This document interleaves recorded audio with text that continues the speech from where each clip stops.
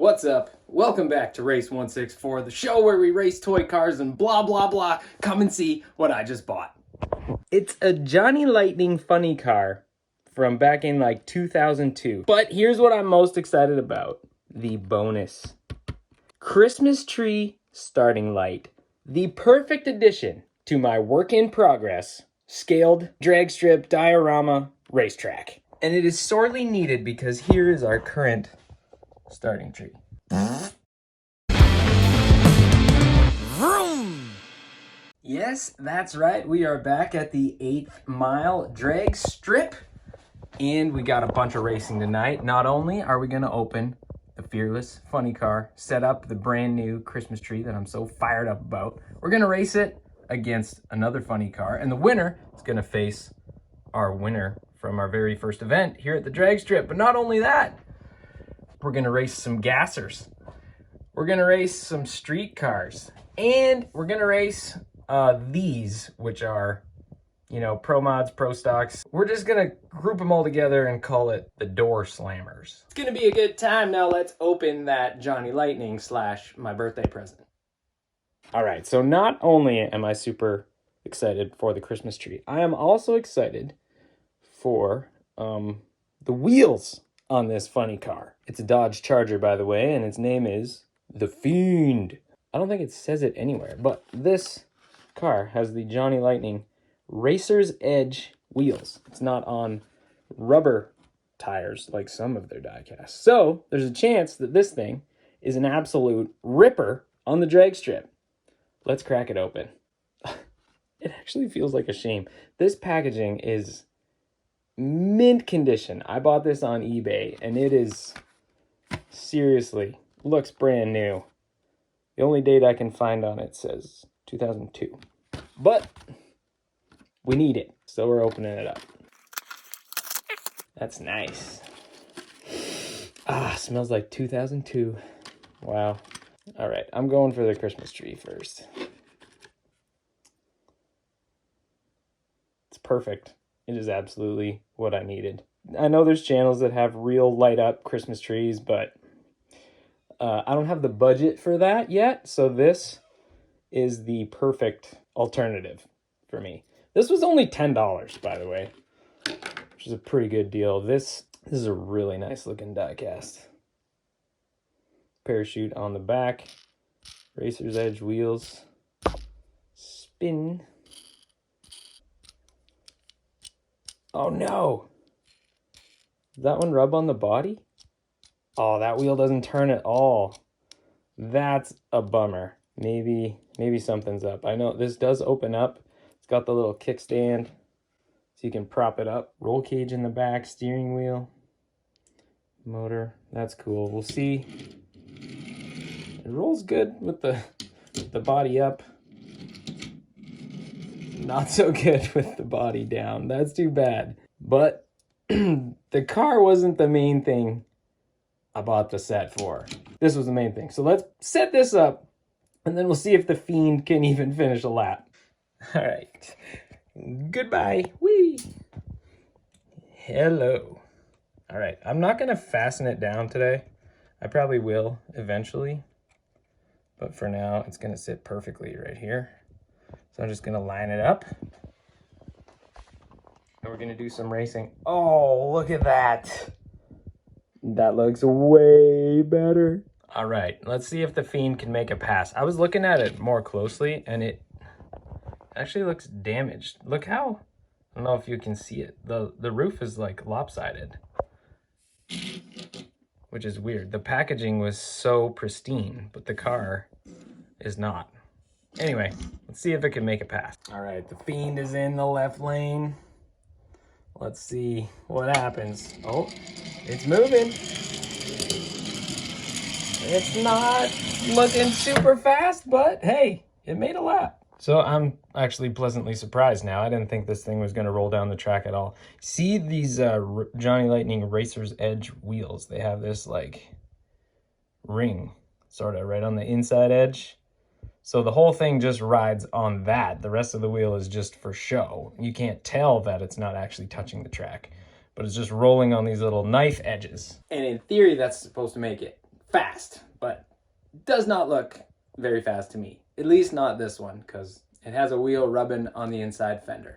But it did finish a lap, so we're gonna put it up against this Treasure Hunt Mustang, and the winner is gonna go up against something funny over there for the current title of Funny Car Champion. All right, here we go.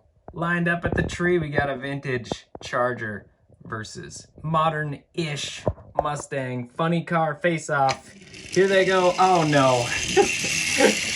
The Fiend made a liar out of me. I guess one hit was all it had in it, and the Fiend has broken down on the starting line. Man, that's a bummer. Okay, here it goes. I guess if the body's resting just right, it will roll. Also, shout out to my sister for this sweet sign she made me with her wood burning pen. And trying out a new shutdown here with a pillowcase. So that means the treasure hunt is gonna face off against something funny for the Funny Car belt. But before we get there, we are gonna race the 55 Chevy Bel Air Gasser, the Tri-5 Terror, against this Volvo P1800 Gasser, lickety split. All right, we got the Chevy in the far lane, Volvo in the near lane. Weird orange windows on the Volvo, but I do like the Richard Petty blue and the number 43 on there. Repping the king in the Volvo Gasser. All right, here we go. Yellow, yellow, yellow, green. Okay, my bad. Let's try that again. Here we go. Green. Wow, this Volvo is not playing around. If I was gonna pick one of those cars, I was gonna put my money on the Tri-5 Terror. But lickety split surprised me, and he's gonna move on to face the Supernova for the Gasser title. But before that happens, we're gonna race this 1966 Oldsmobile Toronado, fresh casting for 2026, against this HKS Nissan Skyline GTR R33. All right, Olds in the far lane, Nissan in the near lane. Here they go. Oh, the Skyline. Oh! Hits the track connection and loses the race. Dude, I really thought the GTR had it in the bag, but it blew it. All right, this spot here where the shelves meet is actually a very smooth, like they're in line with each other perfectly, but there is a little gap because the angle actually changes slightly right here.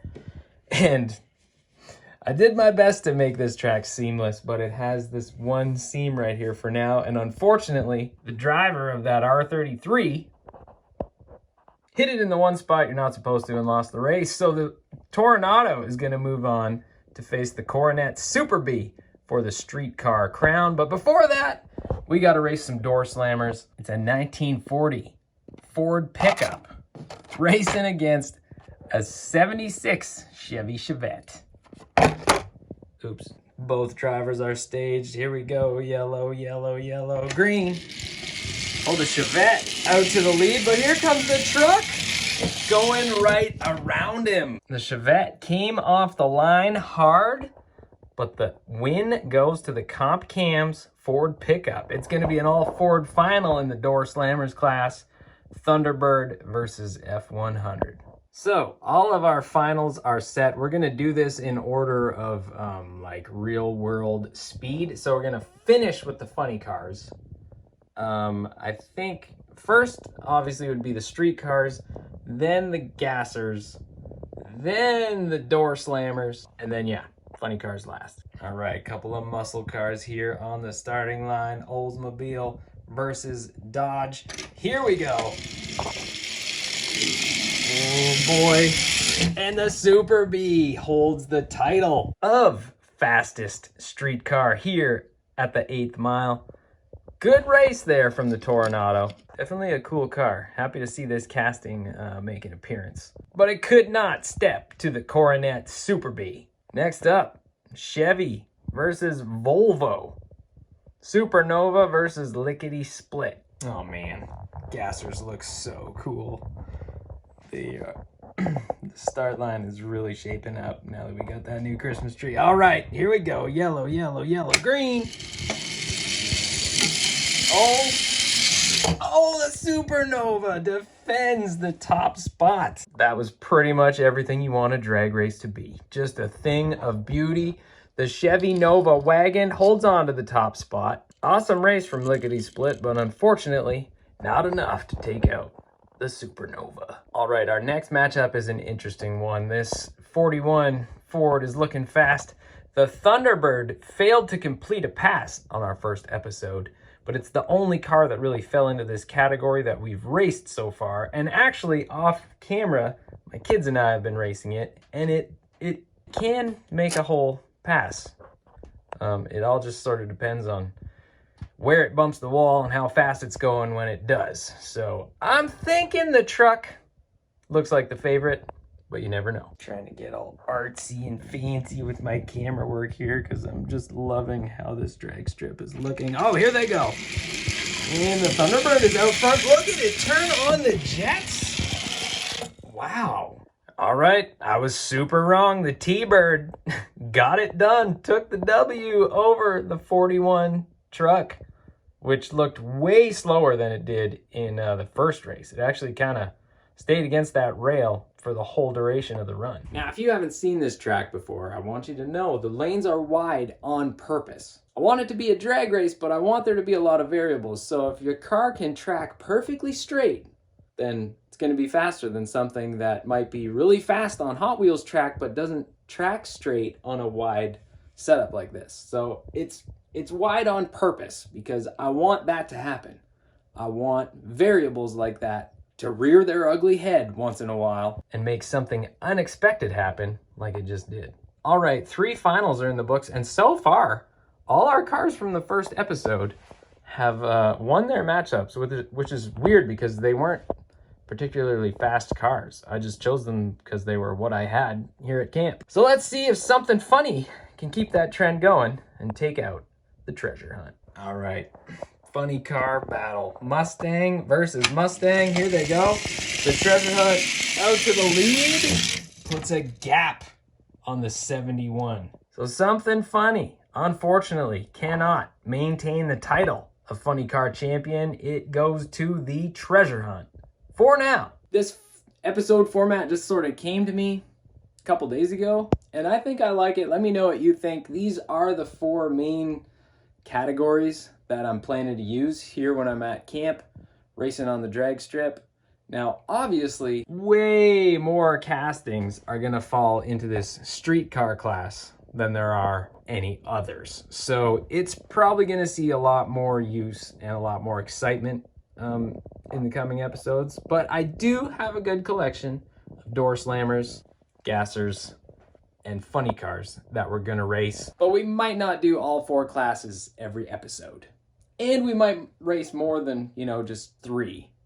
We're gonna have some big tournaments, especially when it comes to the street car class. As far as track updates go, I showed you the very simple but temporary shutdown. I do like the way you don't see the cars. They cross the finish line and then they disappear. They don't bounce around and look all awkward and silly at the end of the race. They just disappear under here, and they usually get stuck right here. But if they're really moving, they fall down and they get stuck like right actually in the pillowcase itself, which is fine too. The lighting I'm still working on. I have redone the lighting in here, honestly, 6 or 7 times. I now have this sort of bar running up here along what is going to be the pits / staging lanes. And that works pretty good. There's also this little curb here has lights mounted to it temporarily. I didn't stick them on permanently. They just have duct tape holding them. I still have work to do on the track. Like, a lot of the walls aren't really permanently fastened down yet. I just can't help myself but start racing. The Christmas tree looks great. I think I need a better light over here, kind of shining this way to light up the tree a bit. So that's something I'll have to work on. The building is still barely holding together, and I definitely need a backdrop. the OSB wall is pretty ugly. So we're gonna, I think the next main thing I want to do is get some bleachers set up here. They're not gonna run the whole length of the drag strip because that isn't really what drag strips are typically set up like. But there's gonna be like 2 or 3 grandstands right here along the wall, and that'll look cool. And then we'll see about a more sort of distant background painted or stuck to the wall. So these are our 4 current champions. We got the Treasure Hunt, the Supernova, the Coronet Super B, but you know for a fact that GTR wants another shot because it was looking fast before it really, you know, messed up its run. And then the T-Bird out front. I think the Ford truck also is probably anxious to make another attempt, and it'll get a chance someday, but for now it's gonna have to sit and wait. All right, that's gonna do it for tonight. Thank you so much for watching. Remember, Jesus loves you and so do I, and I'll see you next time right here on Race 164. Vroom!